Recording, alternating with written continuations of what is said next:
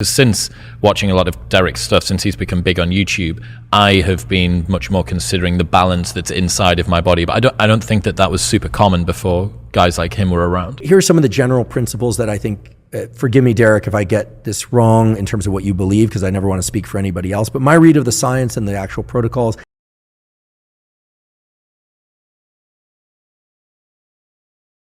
What's up, guys? Derek, moreplates.moredates.com. Today we're going to be reacting to Andrew Huberman reacts to Derek from More Plates, More Dates. Yes, some Inception level shit right here. We have Andrew on the right-hand side on Chris Williamson's podcast, and then me chilling in my tank with the most flattering of pictures chosen.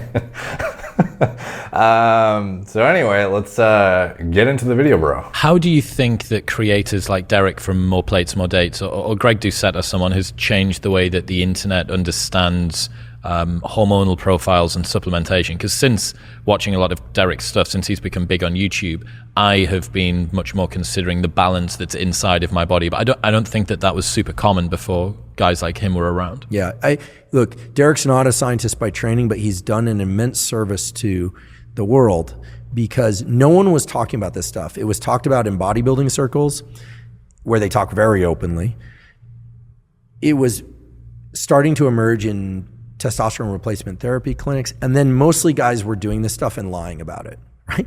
They're doing it, but then they don't want to talk about it. Actually, kudos to Joe Rogan, who years ago came out and said, yeah, he decided to start doing TRT and low dose of testosterone. He's already successfully reproduced, and so he brought it up, and yeah, that was something I think because Joe has so much content. It seems like the random moments where this stuff has been mentioned go overlooked, and every time he talks about TRT, it's as if it's like new news and people like break the story, when in reality he's been talking about this stuff for years. And yeah, kudos to him. This is like the most high production value fucking podcast ever, dude. Jesus. It's like I'm watching I don't even know, like a documentary or something. It's clear that this is becoming more common. Here are some of the general principles that I think, forgive me, Derek, if I get this wrong in terms of what you believe, because I never want to speak for anybody else, but my read of the science and the actual protocols speak to the idea that many people do not need testosterone replacement. Young guys should really avoid doing anabolic steroids. It can really mess up their system, not just physically, not just for the ability to have kids later, but lead to all sorts of sexual issues and sexual performance issues. Like, there needs to be some medical incentive, right? Hypogonadism, for instance. Yeah, so I guess overall, like he's had the preface that he's not speaking for me, obviously much appreciated, because oftentimes people will just say like what you said, and then people just assume that's what you actually said. So like for me, yeah, I think a lot of people haphazardly jump on TRT. I've talked about on numerous times on this channel, individuals who were even told to go on TRT when they otherwise likely didn't need it. Individuals that, like oftentimes it's skewed in terms of the motivation to get on it isn't always to actually correct a clinical deficiency. More so it is to either enhance one's quality of life or muscle building outcomes. Like some people literally are perpetually trying to stay single digit body fat year round, and they find that they have, lower drive or, energy levels or whatever, like things you would expect from like homeostatic regulatory changes in your body to actually adapt to that malnutrition state you're putting yourself in. As you would expect, fertility metrics are going to decline. You're going to have an overall suppressed system from a endocrine aspect overall. Things like thyroid hormone production are going to decrease. Things like gonadotropin output is going to decrease. Like so many things that are going to try and preserve you, because you're otherwise putting yourself in a state of pseudo starvation, essentially, is what your body interprets. And trying to counteract biology by using TRT, so to speak, is what a lot of guys are doing. And is it really TRT? Because a lot of guys who are using TRT are really pushing the boundaries of, what is actually therapeutic at the end of the day. They're pushing their testosterone. Oftentimes you'll see a standard dosage protocol is 200 milligrams a week in a lot of these TRT clinics. And is that actually clinically warranted for somebody to just literally replace their natural production, when natural production is at best 3 to 10 milligrams a day? I believe it's closer to 6 to 7 of freely circulating hormone, non-esterified hormone. Oftentimes not the case. Some individuals do need that much, to be clear. However, it is fewer and far between than most people who are getting prescribed that much. But then it gets into the kind of like ethics side of the equation. Are you to, I don't know, decline somebody the right to, enhance themselves when they want to do that? I think the lines get really blurred, and oftentimes it is more so the actual, what he's mentioning here, the actually having a clinical warranted use is oftentimes not the reason why guys are using it that are at a young age. Oftentimes guys who are very young who end up with low test levels, it's the result of a myriad of different lifestyle, dietary, environmental factors that are, complementarily, if that's even a grammatically correct fucking word, in unison, essentially compounding the issue and making them show up on transiently with a total testosterone, maybe like 350. And they think that, oh, I'm like borderline. I have the test levels of an old man right now. But again, that's a snapshot in time and not necessarily indicative of what's going on, perpetually or, year round. Like if you're in a state of energy deficit, if you are constantly undersleeping, you are getting poor quality sleep and it's at best like 5 to 6 hours a night, you are not following a circadian rhythm, you're micronutrient deficient. All of these things can lead to a state of like pseudo hypogonadism. And it's like, while it's like actually real, like the side effect profile you can get is very real, oftentimes this is correctable through interventions that are natural. And this is the kind of stuff that I think a lot of these like TRT clinics overlook, to be honest, when they're evaluating their blood work. It's like, oh, can we just, can we kind of justify giving you a prescription essentially versus like what's the underlying root of the issue? Is this actually like a clinically warranted scenario, or what are you imposing on yourself? Like there must be more to the story. And as far as guys getting like permanent issues from taking gear, it's all kind of a personal decision at the end of the day. Who am I to judge, if somebody wants to enhance themselves and whatnot. But I think being mindful of the risk profile and being very, very educated about it before diving headfirst into it is something that is not done to the degree it should in 99% of cases. People are just jumping on this shit without even understanding what post-cycle therapy is, without understanding how the HPTA works, without even understanding how to hit their micronutrient needs. They will just start injecting testosterone, popping some Dianabols, doing a D-bol only cycle, whatever it is. And, they will see progress because this is something that is pushing them into super physiological hormone territory where you can get away with having shittier, not optimized areas of the other stuff that should be the foundational infrastructures of your progress should be dictated by these other things that oftentimes get neglected or overlooked or not thoroughly educated about, to a point where they never optimize them by simply going to the hormonal vector far too early. And that's what we see all the time.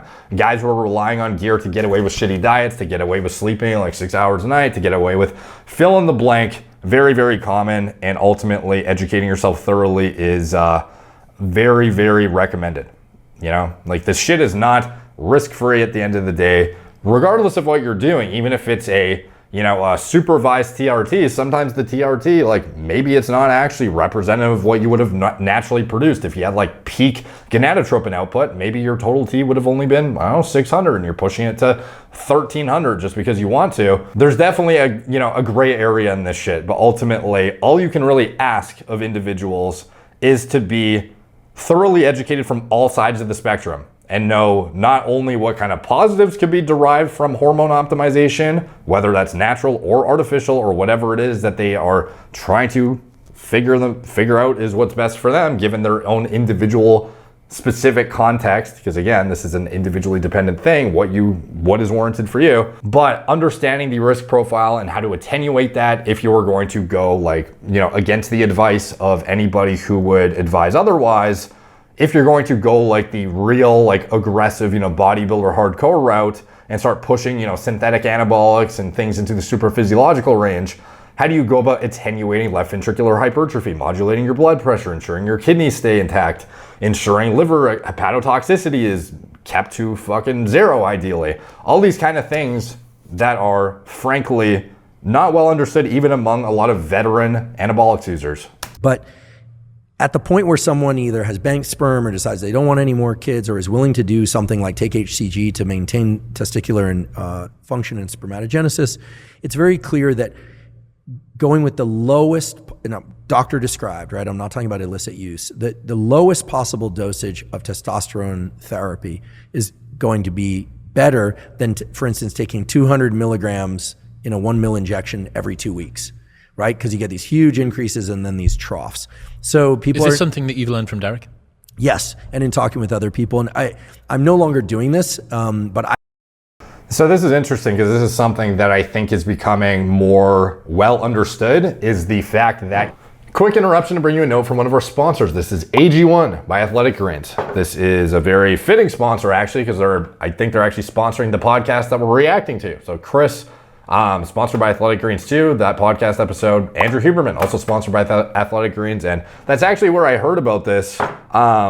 Some of the, like I mentioned before when I've talked about Athletic Greens, individuals that I respect that are science-based, who are, putting out cutting-edge information, staying on top of the literature. These are the kind of people I defer to personally when I'm trying to, learn about something that I'm not as well-versed in. And frankly, nutritional literature is not exactly my, the most interesting thing to me. Like how to, vegetable intake, antioxidant intake. It's not the most top of mind thing for me when I'm staying on top of new studies and whatnot. So this company has had over 52 changes over the years, and they're always staying on top of the cutting edge when it comes to new nutritional information. So I found that reassuring, as well as the fact that other individuals in the space that I respected were using it for years. So I was like, okay, well, if I'm going to be replacing my greens with something, because again, for me, from a time efficiency perspective, I'm not saying this is a replacement for greens by any means. Like if you like eating vegetables, you like preparing them, and you like shopping for them, by all means, dude. For me, I can't stand it. I don't have the time to grocery shop, to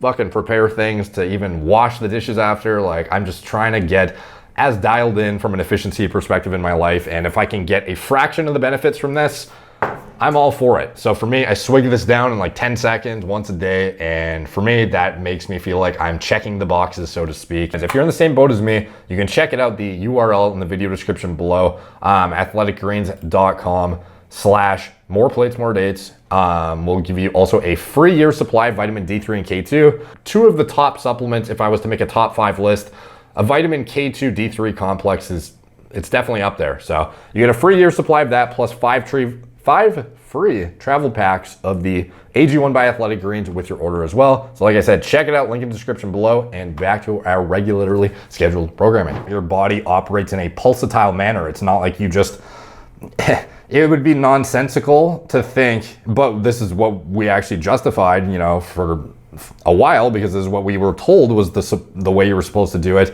Like, for example, you see a Sustanon prescription in Europe. What are they telling you to do? They're telling you to inject some bolus amount like every 2 to 3 weeks or something absurd, simply because there's a, long esters in the actual mixture. It does not mean that just because you have a half-life that is conducive to keep remnants of testosterone in your system for weeks on end, that is the most ideal way to maintain a balanced and stable blood serum concentration of free testosterone.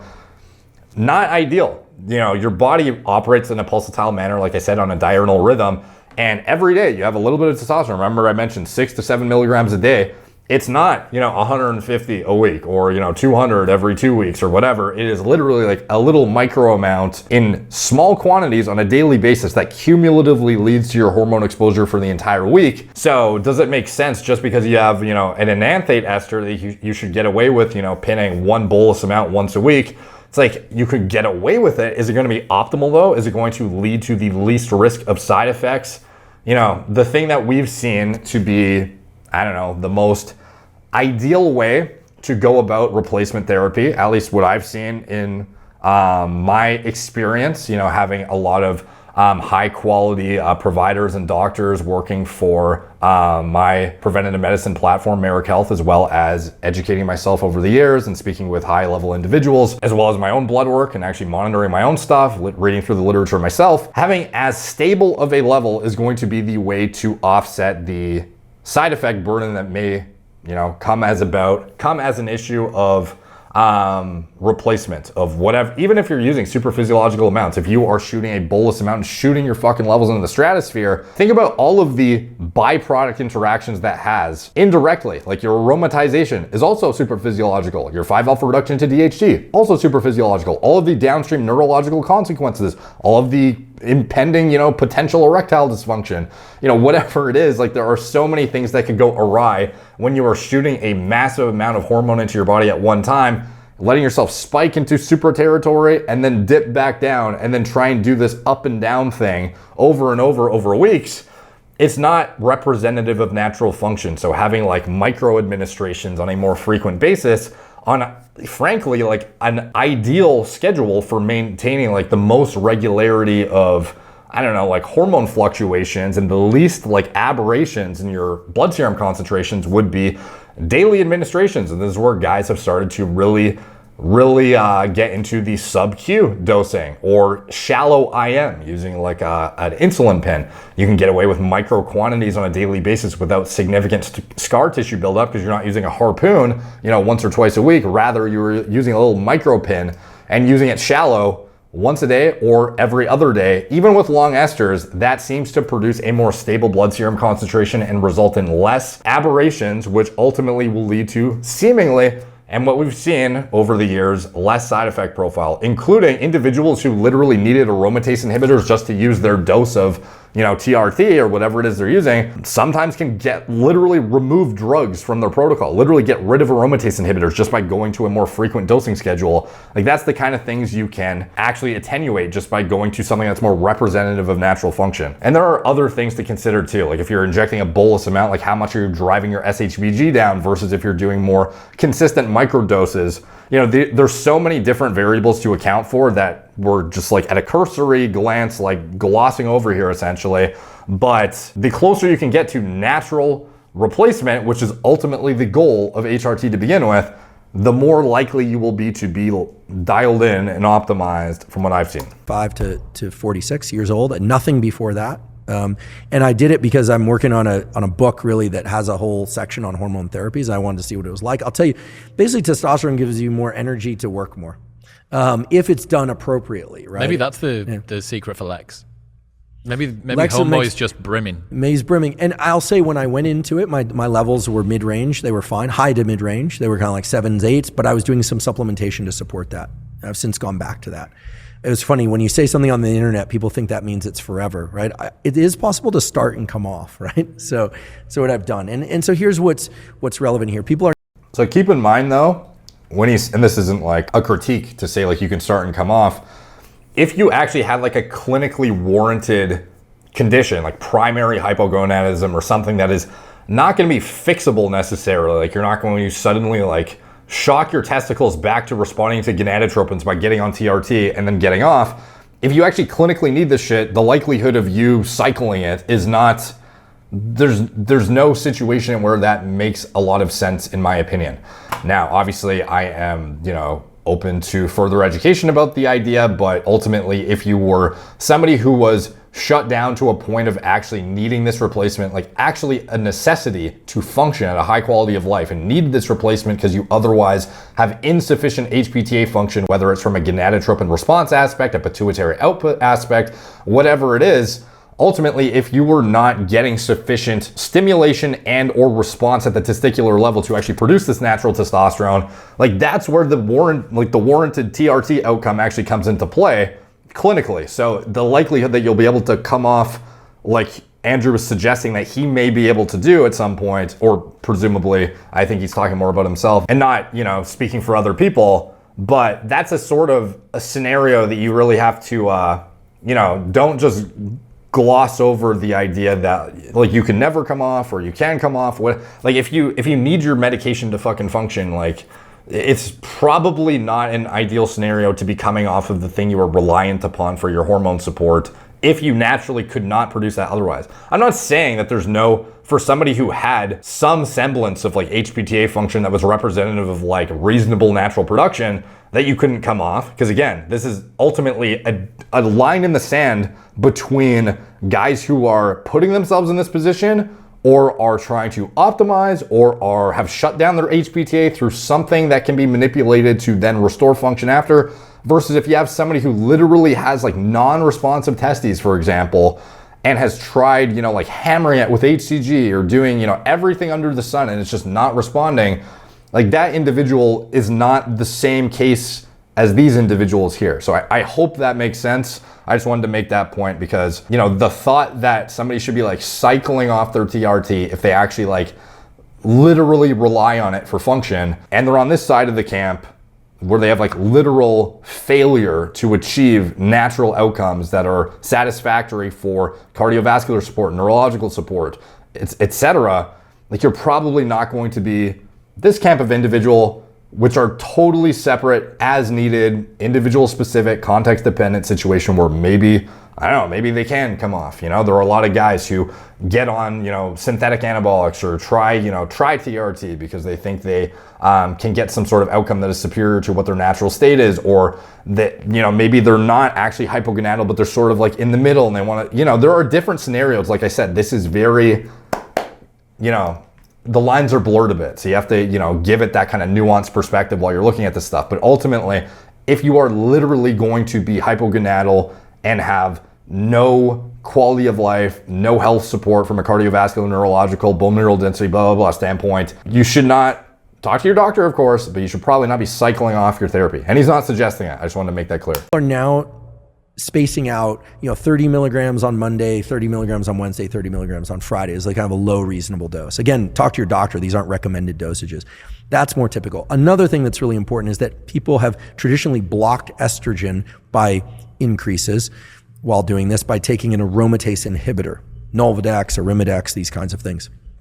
Okay, so one thing, I think he actually did correct himself in the comments section here. I misspoke on Nolvadex. It's not an aromatase inhibitor. So, like, obviously, when people hear that immediately, they're going to be like, that's a SERM. And it's like, yeah, that has a different mechanism of action. So he did correct himself after here. So I just wanted to clarify on that. But yeah, a lot of people are haphazardly using SERMs, aromatase inhibitors, etc., to modulate I can't even fucking talk.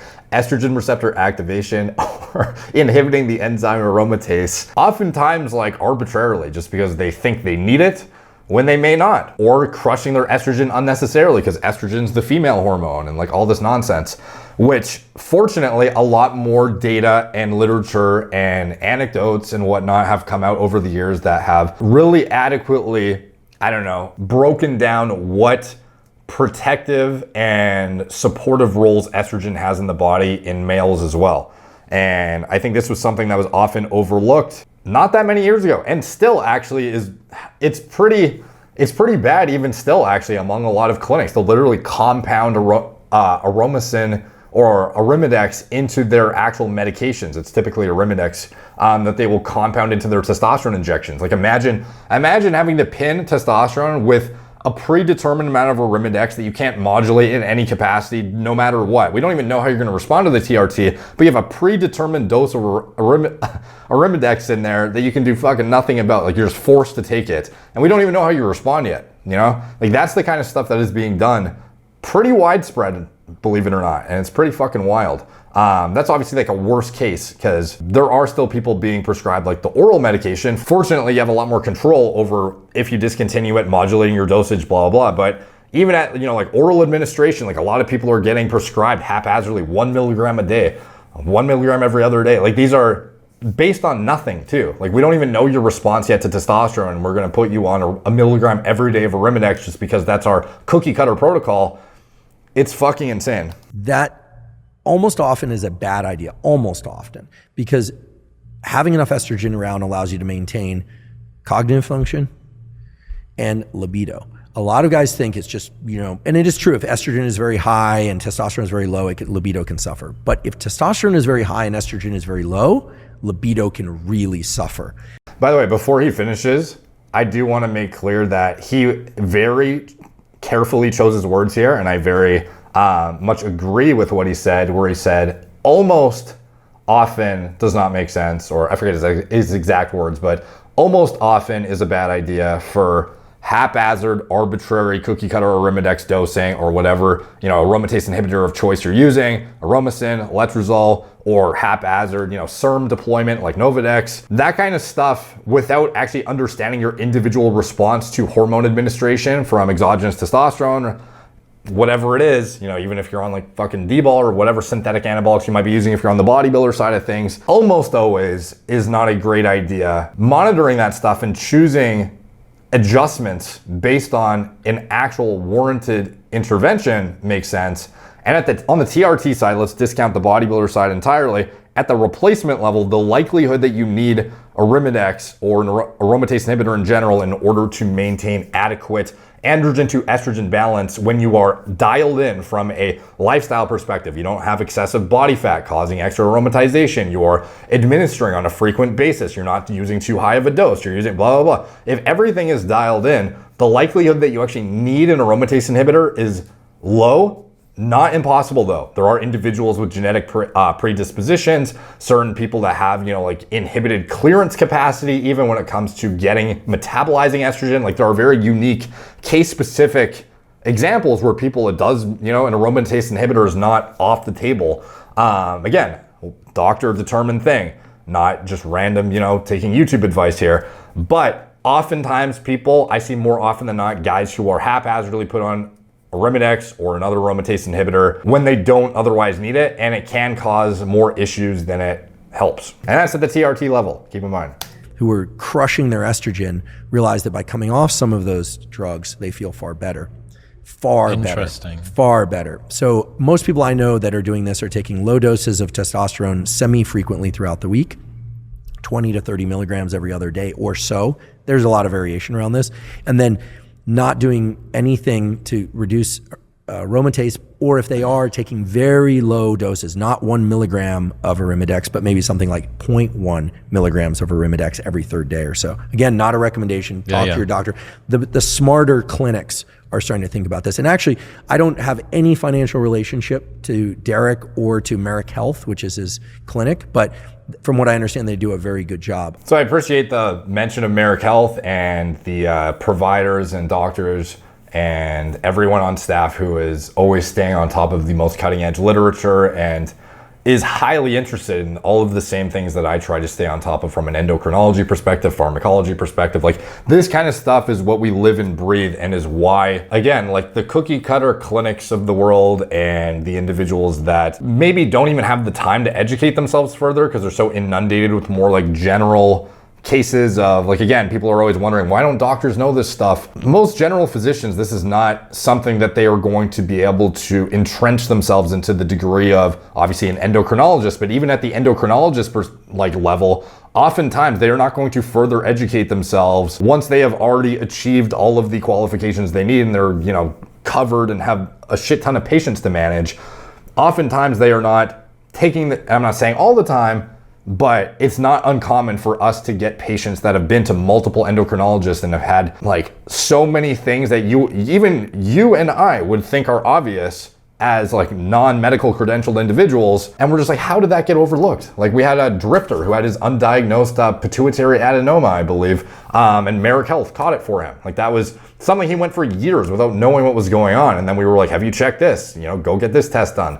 Boom, figured out what his issue was. And it's just like, baffling to me that how many specialists could this guy have gone through before actually, coming to Merrick and having us help and, figure that out. So again, and this isn't to say that there aren't people who are doing the right shit. Like there are so many good, progressive, staying on top of the literature doctors and endocrinologists out there, but it's unfortunate that it's such a complicated minefield of a topic that staying on top of all of the developments, like you need to be reading all the fucking time. And I don't know if it's something that is just like too much to expect of endocrinologists. Like to me, it would seem like something that they should be, especially if it's their specialty, to be staying on top of. But like at the end of the day, sometimes you got to look, it's not always the first medical professional you speak to.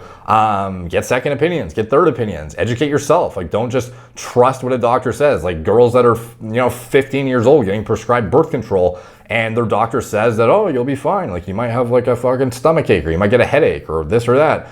Did you mention in full elaborate detail what it would do to my actual testosterone levels, to my free testosterone levels, to my sex drive perpetually? And then when I ask you if it's my birth control and you tell me I'm crazy or you think that there's no way it could be the birth control, rather it is just how you are as a human, that kind of stuff, it's baffling how you can see how somebody would be inclined to just trust the first opinion they get because it's a medical professional. But unfortunately, you do need to educate yourself, in my opinion, and get multiple opinions. Whatever it is that you feel is warranted. Like personally, I like to run things by multiple people, and it's also why I like to run things by people at Merrick Health too. Like we have clinical chats and whatnot, and I stay up to date on all of the shit that's going on myself. Like even at the patient oversight level, if we have like a unique case, a fill in the blank, it's not like House or something, but it's like if we have some, new development or, discovery of something that's interesting and, people can educate themselves further on,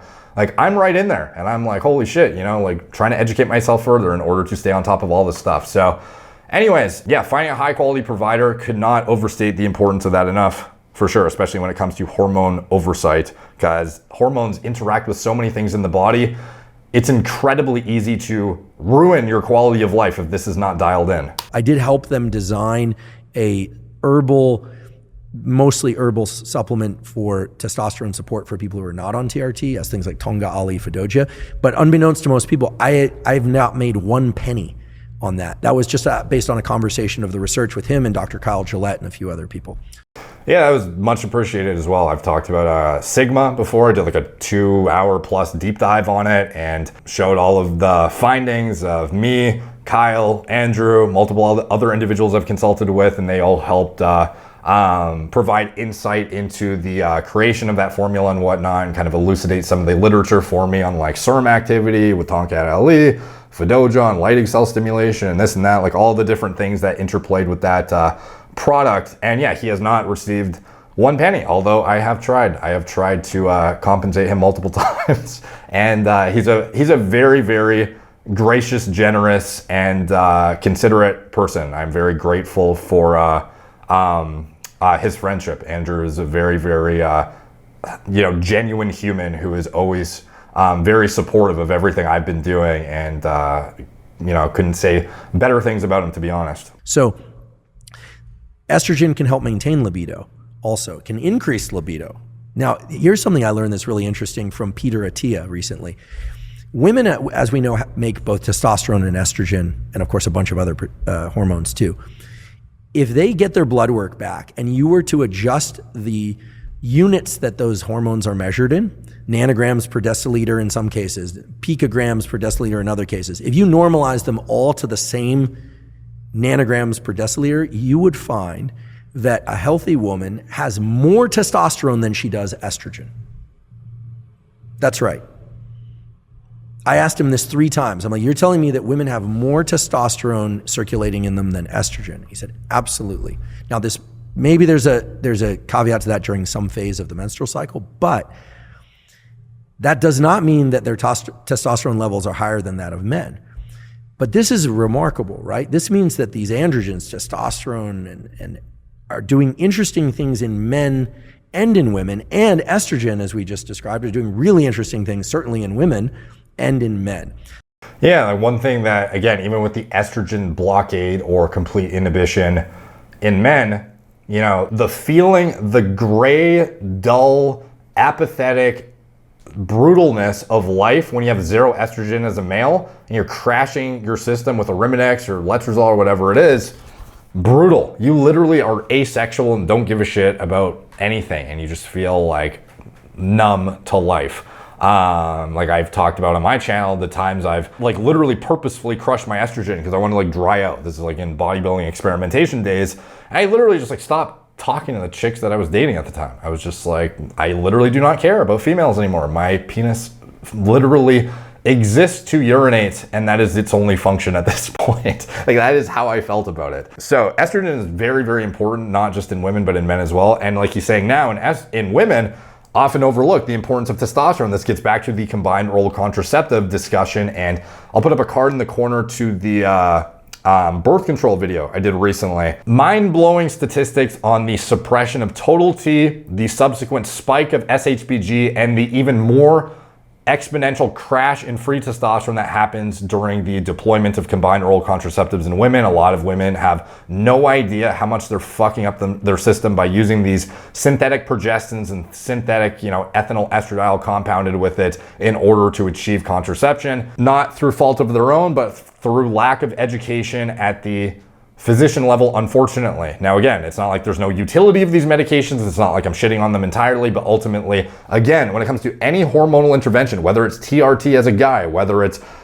combined oral contraceptives, or even like a progestin releasing IUD or whatever it is. None of these things are the devil, but you have to understand how they affect your body so you can actually determine if the risk profile is appropriate for the outcome you are seeking. And for women, I think it goes overlooked significantly how much impact using these synthetic drugs. Like, you're essentially on like a Frankenstein 19-nor derivative oftentimes in order to achieve contraception in conjunction with a synthetic estrogen that has magnitudes the agonist activity at the estrogen receptor. Like, you're just functioning off of this weird Frankenstein, not a steroid cycle, but it sort of is a steroid cycle. Like, you're using drugs that are derived from nandrolone, or you're using the synthetic estrogen, and crushing your free test levels to that of you don't have that much to function off of to begin with. While your test levels on paper in nanograms per deciliter proportional to actual picograms per milliliter of estradiol circulating in your blood, there's more testosterone, but imagine how little a girl has compared to a guy. You have 1/10 the androgen levels of a guy, driving libido, driving stress resilience, driving these, dopaminergic functions and whatnot too, that Andrew has elucidated very clearly in his videos, testosterone makes effort feel good, that kind of stuff. And you take that 1/10 of the test that women have that men have, as well as the fact that their free test is way lower because their SHBG is way higher, and then you slash that by 60 to 70% with a combined oral contraceptive. How impactful that is, it's literally to the degree of killing relationships sometimes. Sometimes you'll have a girl who literally doesn't want to have sex, or has zero libido, or even behaves differently around their partner because of her mood regulation or stress resilience or emotional stability or this or that. And it's not through fault of her own. It's literally this synthetic fucking shit that her system is being put on without having been properly educated about it beforehand. And again, no fault of their own, just more education needs to be brought to the forefront about hormones. So this idea of more testosterone, less estrogen good is always the case. That's simply false. You have to think about whether or not it's a man, whether or not it's a woman, whether or not the goal is more or less. Typically people aren't going for less libido, but I suppose it's possible. Some people out there with that. Some people might be highly distracted by an excessive libido, right? That's a different story. And then of course, I could use a lower libido, bro. I don't know about you. It's pretty counterproductive sometimes. DHT. So I think one of the things that Derek has really contributed to the world, and I think is important for people to know, that a lot of the drugs that are used to treat hair loss, finasteride, Propecia, things like that, block DHT receptors, dihydrotestosterone. DHT is responsible for beard growth. Okay, so just to clarify here, I think he means the androgen receptor. There is no binding site or receptor specific to DHT. DHT is just another androgen. It's a byproduct of testosterone produced through 5-alpha reduction. You guys are probably familiar with it, more so for hair loss, as well as sexual maturation differentiation. I've talked about, the literal contingency on presence of DHT for dick development in puberty. To put it bluntly, if you are totally deficient in DHT, we've seen in the research done on the individuals who are totally deficient in the gene that encodes for the 5-alpha reductase enzyme, they end up with micropenises, even though they have totally normal testosterone levels. Actually, they have higher testosterone levels typically than non-enzymatically deficient individuals, because they have that 5AR. The gene that encodes for it is non-functional to a point where your testosterone is now higher because you don't have 5-alpha reduction, and then you actually have more aromatization too. So you have a higher total T level as a byproduct. So they don't end up less muscular necessarily. They actually just end up with deficiencies in sexual maturation from a masculinity perspective. So this is the hormone that causes, androgenic alopecia, the sexual maturation differentiation, etc., of secondary male sexual characteristics. But there's no specific receptor that is only binds to one androgen, DHT, nor is there a testosterone receptor. There's no, you know what I mean? There's no DHEA receptor. These are all androgens are going to bind to androgen receptors and dictate response elements accordingly based on different kind of characteristics. Face, and for balding, male pattern baldness, people, because they want their hair, will take these drugs. If they take them in pill form, they're blocking DHT everywhere, and they can experience severe defects in libido and sexual performance. Now, before that, choice between your hair and your erection. For a lot of people it is, right? Okay, so I wouldn't say for a lot, like I guess in sheer quantity, it is a lot of people, but proportionally the likelihood that you're going to encounter such significant side effects where you have to choose between your hair and your dick function on finasteride or even dutasteride for that matter, I think is overblown to a significant extent by a lot of, not Andrew necessarily, or, individuals who are trying to just like, parlay the science, if that's even grammatically correct, put forth the information they're aware of. But a lot of finasteride fearmongers. On the opposite side of the spectrum, though, there are finasteride like praisers who will like totally shit on any sort of likelihood of a side effect. There is a truth that lies in the middle when you're inhibiting, just like aromatase. Again, aromatase, we talk about all of the dangers of estrogen deprivation, neurological consequences, cardiovascular, cardiotoxicity consequences of being deprived of estrogen. The magnitude of effect is probably not as significant for DHT deprivation because there are a lot of functions that you can sort of carry out with adequate testosterone and free testosterone that you are no longer trying to push yourself through puberty. So you don't necessarily need the DHT as much as adequate estrogen, arguable, of course. And again, like I'm not even asserting that that's 100% the case, but the deprivation of DHT does not seem to manifest in the same detrimental consequences in a cardiotoxicity, neurotoxicity context in men, but it is not free of consequences, and it certainly can have negative implications on potentially heart function too. Neurological consequences do exist. This is probably a total side tangent to go down the route of which is more important, aromatase versus 5-AR. They're both important. Having DHT in your body in some capacity to carry out androgenic functions, like this is what's preventing you from getting gyno a lot of the time. Like individuals, if you have adequate free testosterone that's inhibiting estrogen-induced RNA transcription to a degree where you have a good balance of testosterone, androgen, relative to circulating or free estrogen, as well as, GH-IGF-1 axis stimulation, prolactin, progestogenic activity. If that balance of androgen to estrogen and other stimulatory factor ratio is intact, even with the absence of DHT, you are not going to develop bitch tits. You're not going to end up with some of these consequences that will manifest themselves from deficient androgenicity, but DHT is the most potent regulator of that process, and there's a reason why it exists in men in certain quantities, and there's a reason why it has such a high binding affinity for SHBG2 relative to testosterone, relative to estrogen, and it is like a key regulating hormone for androgenic functions in the body. And oftentimes people, again, when I say often, I mean in sheer quantity, there are individuals who take finasteride who experience a diminishment in erectile quality or in certain cognitive outcomes, actual mental state, emotional stability, etc. Just like estrogen deprivation can cause significant myriads of issues, DHT deprivation in some individuals can be pretty catastrophic for some people. Now again, is that the result of neurosteroid deprivation as well from 5-AR blockade? Probably, and that seems to be the case as well. But ultimately, there is a truth that lies in the middle where a lot of people that use 5-alpha reductase inhibitors, the ROI for them keeping their hair, for example, me included, why I justify a 5-alpha reductase inhibitor, and do not take this as a statement of why anybody else should be following what I'm doing, of course.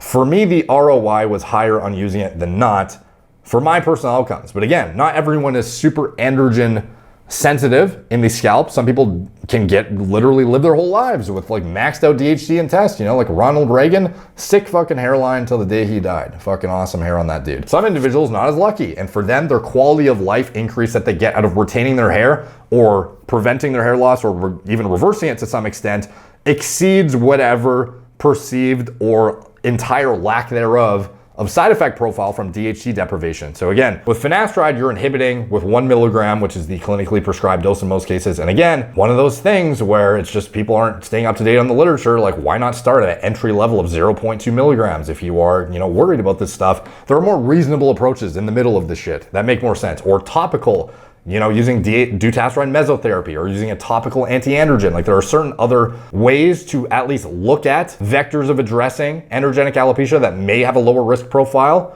Whether they turn out to be more efficacious or not, that's a topic for a whole fucking playlist I have on my channel that you can check out. Some of these therapies are worth looking into. But ultimately, 5-alpha reductase inhibition is one of the most potent ways to modulate androgenic alopecia, and You're not guaranteed to have erectile dysfunction or complete lack thereof of sexual desire or anything of that nature if you take finasteride, for example. Just like on the other side of the spectrum, if you respond terribly to it, does that mean that you're gonna keep all your hair? Maybe not. You might still end up with hair loss even if you're on finasteride, just to a lesser extent probably. There's a truth that lies in the middle. There is a side effect risk, and I feel my video that says, finasteride, should you take it, yes or no? That video, I'm starting to delve into the content of that video by my ramblings right now, and I don't want to beat that topic to death right now when you could go watch that if this is a topic that interests you in any capacity. I feel like I give the middle ground that is appropriate between finasteride or 5-AR inhibition is the devil, and 5-AR, DHT is like a useless fucking trash hormone. It fucking sucks and you should, disregard it entirely and just crush it into nothingness. There are going to be individual responses to DHT and neurosteroid deprivation at the end of the day. And this is, again, much like TRT, much like combined oral contraceptives, much like anything, you have to weigh the risk out for yourself and determine, does the ROI potential exceed the risk for your own individual circumstance, and understanding the pharmacology. What's the pharmacokinetic profile? How fast can I get this shit out of my system if I have a side effect? Is there any permanent risk of side effects? Delve into that all in the video. The card will be in the corner. Finasteride, should I use it, yes or no? Check that out. I mean, there are now topical things, and Derek talks about all this kind of thing. They're topical. He went really, really deep. He goes really deep into all this. And what's interesting is, I accidentally go too deep sometimes, bros.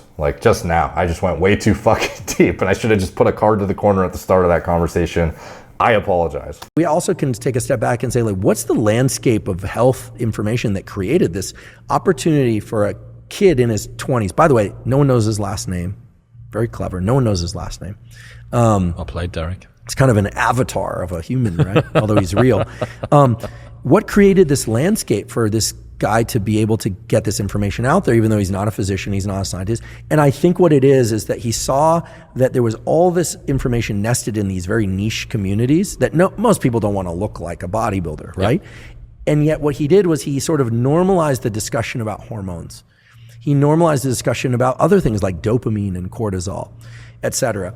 And what's interesting is that science now is kind of following suit. 10 years ago, a discussion about hormone therapies would never come up in the hallways of discussions with my colleagues. Since doing an episode of the podcast on optimizing testosterone and estrogen, no fewer than 10 of, I'm not gonna name names, but these are serious scientists, and it's a mixture of men and women, have approached me about hey, what can one do in order to adjust testosterone or estrogen levels? Is estrogen therapy for menopause a useful thing? When should one start? Now, I'm not an endocrinologist, so all I can do is point them in the way of information, but this is an important area, and here's why. Hormones control neuromodulators like dopamine, estrogen, and so on, and those neuromodulators powerfully influence our states of mind. So if your hormones are out of whack, your neuromodulators are going to be out of whack. Typically, the treatment for depression would be to go in and just give a serotonin reuptake inhibitor or a Wellbutrin type dopamine thing. Now that has its use, but I love this trend now, not towards hormone therapy necessarily, but just toward a thinking, a mindset of how deep in the layers of my biology can I go to create these sort of waves of health that rise up to the level of ability to focus, and et cetera. For so many years, it's all been attacked at the surface, kind of the waves on the surface of the ocean, and yet there's this we're now talking about the deep tectonic plates movements that are affecting all that in any case. What's happening, people? If you enjoyed that, then press here for the full, unedited episode. And don't forget to subscribe. So check out Chris Williamson's channel. Excellent production value, has super high quality guests. I think he's had Jordan Peterson on. I think he's doing an episode with Jocko soon. He had Andrew on, Lex Friedman he speaks of. I'm not sure if he's been a guest as well, but tons of high quality guests and super high production value content that's just highly entertaining to watch. So anyways, I appreciate the shout out, of course, and hopefully you guys found that insightful, educational, entertaining, whatever it is. You can check out the full podcast episode on Chris Williamson's channel, like I said, and let me know what you guys think in the comments down below. All the comments help the algorithm. They're much appreciated. Like, subscribe, check out my blog, moreplacemordays.com. Follow me on Instagram at moreplacemordays, Facebook, Snapchat, Twitter, TikTok, Apple Podcasts. If you want to support the channel, you can check out anything I'm associated with in the video description below, including my preventative medicine, hormone replacement therapy platform. I mentioned it earlier. I don't think I need to give much more detail on exactly what we do, but overall broad spectrum preventative medicine, hormone replacement therapy, but just general oversight too. This is not just for people who are on hormones or are trying to get on hormones. This is people who are trying to optimize and even just assess their health, like get their blood work interpreted, actually even know what to order in their blood work. What kind of diagnostics should you be getting? Should you be getting a Dutch test, to check your cortisol levels more accurately? Like what kind of person would be, benefit from certain kind of diagnostics? And like from there, what can you do to optimize from a lifestyle perspective, dietary manipulations perspective, sleep hygiene perspective? Like this is the kind of stuff that we pride ourselves on, the education and information. And that's our bread and butter. It's not just prescribing a fuck ton of medications, which is what a lot of cookie cutter clinics do, where they just want to get you on TRT, HCG, and Anastrozole, get you out the door, make their markup. Like we get the bread and butter of our money out of the actual consultations as well as the blood work, diagnostics, and that is what we pride ourselves on. So again, you can check it out, getting a high quality doctor. I cannot overstate the importance of that enough, like I've said many times.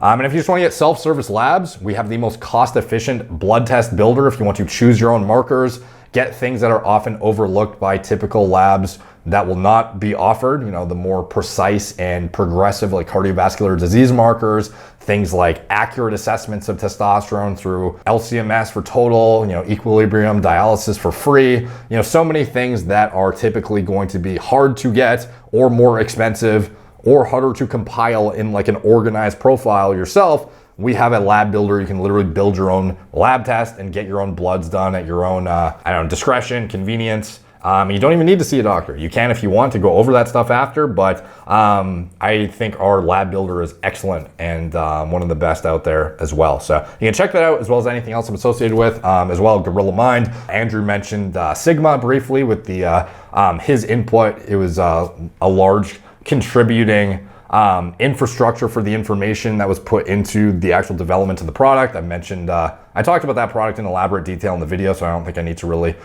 discuss further what it is. You can check it out if you're interested on the original video or the product on gorillamind.com. Anything else I'm associated with? Hair loss prevention stuff too. We mentioned hair loss briefly. You can check out our new ketoconazole shampoo. Finally have my own out. It's been years in the making, but I finally have one out. Fast drying non-oily minoxidil, as well as if you want to get access to Merrick Health as well, like I mentioned, if you want to discuss your bloods or your propensity to risk for finasteride deployment, or is it something that makes sense for you? Again, watch that video I mentioned earlier with the card.